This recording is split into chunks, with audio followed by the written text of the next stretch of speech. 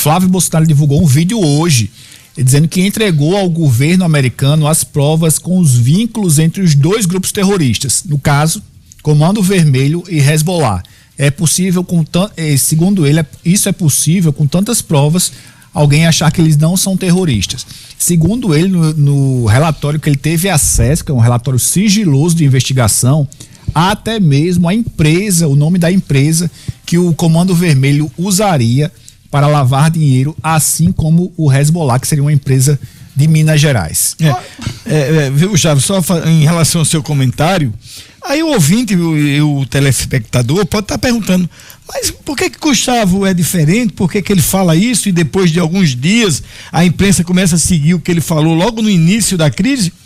Palavra muito simples: honestidade intelectual. Apenas Gustavo, né, a bancada, os que aqui estão, são honestos com o ouvinte, com o telespectador, né? Dá a sua opinião, mesmo tendo toda a opinião contrária da mídia, né? Dessa mídia que a gente conhece, essa mídia que os governos dominam, né?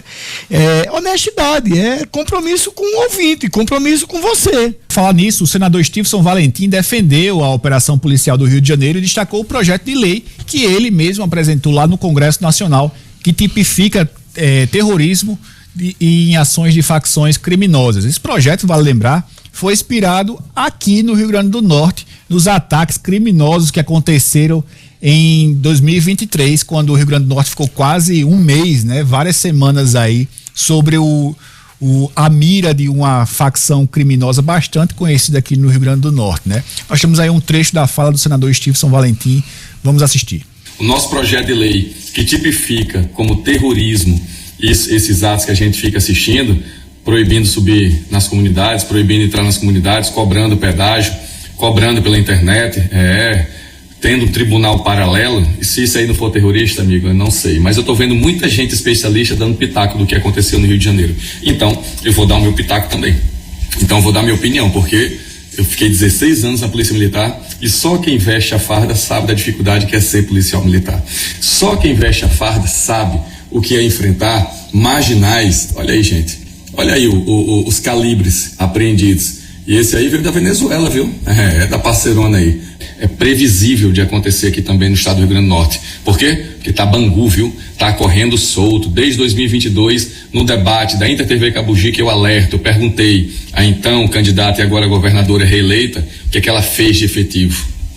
Nada, nunca fez nada. O que a gente viu foi um estado sendo humilhado por quase 2 meses, com ataque aí de faccionados, exigindo que os presídios funcionem conforme eles querem. É o que a gente enxerga. Ora, imagino que a gente não tem acesso, né? O que a gente não vê à tona. Mas, mais uma vez eu digo, o próximo governador que quiser ou que tiver pulso, coragem, cunhão para enfrentar a criminalidade, vai ter a consequência semelhante, porque os vagabundos, meu amigo, estão muito mais equipados, muito mais audaciosos, não respeita a lei, não respeita ninguém, não tem nenhum tipo de preocupação e medo, e vai ter isso aí, tá bem? Só Gustavo, rapidinho, Stevenson não. Esses fuzis que Stevenson mostrou aí, que alguns também foram apreendidos lá na operação do Rio de Janeiro, teve um detalhe bem interessante que estava vendo na reportagem ontem.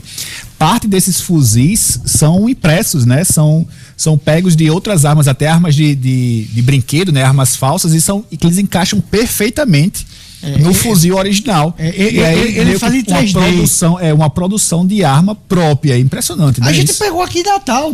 Ali foi uma submetralhadora. Foi, mas você vê que se aqui em Natal fabricam, imagine lá.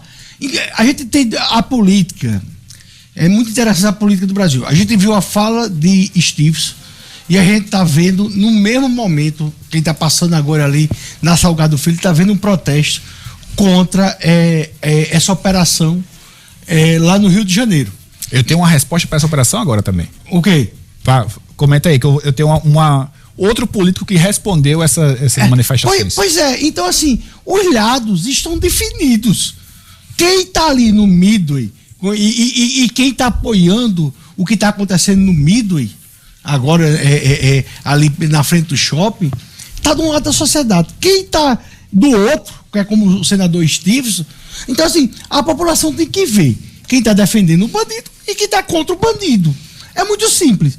vai falar de qual político, porque é interessante, a gente viu Brisa, a vereadora Brisa, que está para ser caçada, convocando esse protesto. Quais os que se manifestaram? Natália Bonavides, Brisa, Isolda, Samandra também, Samandra, que é presidente do PT, né? Samandra fez uma primeira manifestação na Câmara, aí até a gente conversando nos bastidores, né? A fala de Lula deixou meio todo mundo sem amparo, né? Porque tava todo mundo esperando que o grande líder chegasse lá e condenasse. Na verdade, Lula foi lá e fez um discurso bem em cima do muro. E aí o pessoal ficou meio... nota, né? Que disse, você não falou ainda. Né? Exatamente. Ficou meio assim baqueado, sem saber para onde correr exatamente, né? Porque a repercussão tá super negativa. Aí Natália foi e levantou novamente a bandeira, né? Aí deu uma ele já voltou pro Brasil? Vai fazer... Já, mas ele deixou a língua na Malásia. Sim, na Malásia. Ele solta uma notinha, né? Gente, aí só um detalhe em relação à fala do senador Stevenson, né? Aí eu volto aqui às últimas pesquisas. Aí a gente vê o número do senador Stevenson consolidado aí na faixa de 42%, 45%, né? Aí mostra de que lado a sociedade está, gente. Tá aí, um defensor do povo, da sociedade, da segurança pública, um crítico voraz da defensor da segurança pública, inclusive propondo uma lei, né, que torna terrorismo essas facções.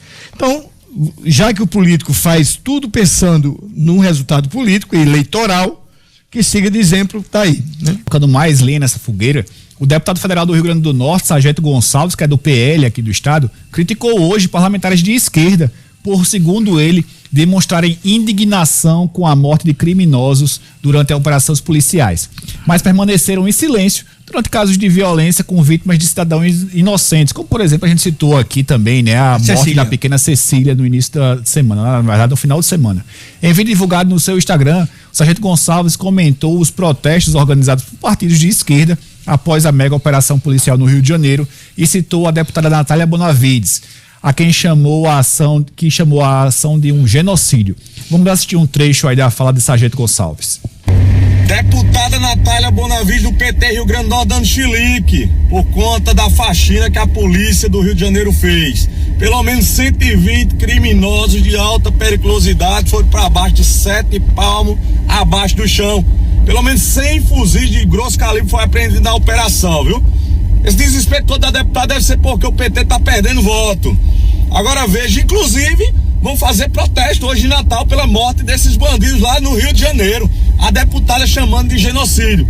Agora, eu nunca vi vereador do PT, deputado do PT, se protestar, ficar indignado, soltar nota quando morre cidadão de bem. Quase todo dia morre cidadão de bem no Rio Grande do Norte. Sábado passado morreu a menina de 7 anos, Cecília, lá na divisa de São José do Mipibu com Nízia Floresta, vítima da violência. Essa semana também, cidadão de bem foi executado em praça pública, metralhado lá em Mãe Luísa, por criminoso de facção. Filho de policial executado, todo dia morre cidadão de bem. Inclusive, morre 45 mil pessoas por ano no Brasil, vítimas da violência. Dá uma média de 120 pessoas por dia que são mortas, são vítimas da violência do Brasil, e eu nunca vi a esquerda ficar indignada, falar em genocídio. Agora, bastou morrer bandido, de repente eles ficam tudo desesperados, não querem perder eleitores, né? Só pode ser isso a justificativa. É uma vergonha que a polícia continue a fazer esse excelente serviço, esse excelente trabalho. Parabéns à polícia do Rio de Janeiro. O Sargento Gonçalves. Só, Gustavo, acrescentando aqui a informação, além de Cecília, né, a gente teve também as mortes consideráveis aí que chocaram a população. Eu vejo de acordo aqui com a repercussão que teve na 96 FM, que foi a morte do filho do sargento em maio, o jovem Danilo Xavier, que é até empreendedor, né, ele foi assassinado dentro do comércio dele. E em setembro teve o caso chocante, na verdade setembro não, foi antes, mas a investigação foi concluída em setembro, que foi o caso de Maria Bruna, né, que foi assassinada também numa região ali, numa situação parecida com a de Cecília, estava em deslocamento com a família numa estrada bem esburacada. Essa também.